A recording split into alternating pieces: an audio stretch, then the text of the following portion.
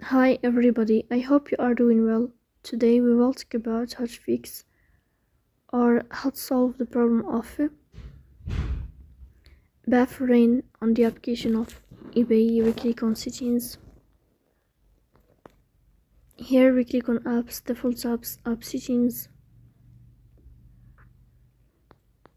In this page here you will search about the application of eBay and you will enter. In this page of app info you will click on first stop and you will click OK. Here you will enter to the window of storage. Here you will click on clear cache. In the end you will turn off your phone and you will wait a moment to restart your phone again to fix that problem.